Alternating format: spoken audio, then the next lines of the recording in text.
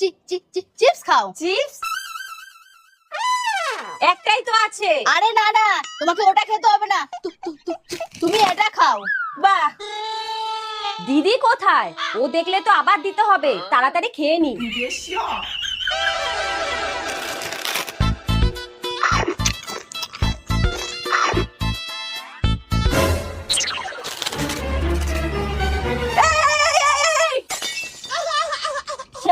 দিলি না তো, এর ফল তুই ভোগ করবি।